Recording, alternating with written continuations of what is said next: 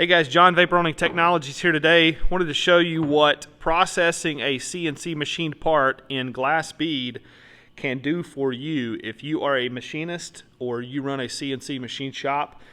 Vapor honing can drastically help you improve your surface finishes and prep for coatings after the CNC machining process. It will also help you deburr parts that have been CNC machined. What you're seeing here in front of you today this is a before, of course. This is straight from a CNC machine. This is a machined part here. Same part we have processed in glass bead, again 170-325, and this was processed at 90 psi. You can see how pristine and smooth the before and after parts are.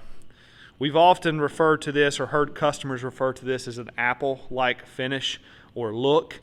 Helps you get rid of all those toolpath marks and of course get rid of any sharp burr without degrading the integrity of the part or eliminating any type of tolerance that you might have on this piece using the flow-based nature of the vapor honing process. But again, this is just a glass bead mixture.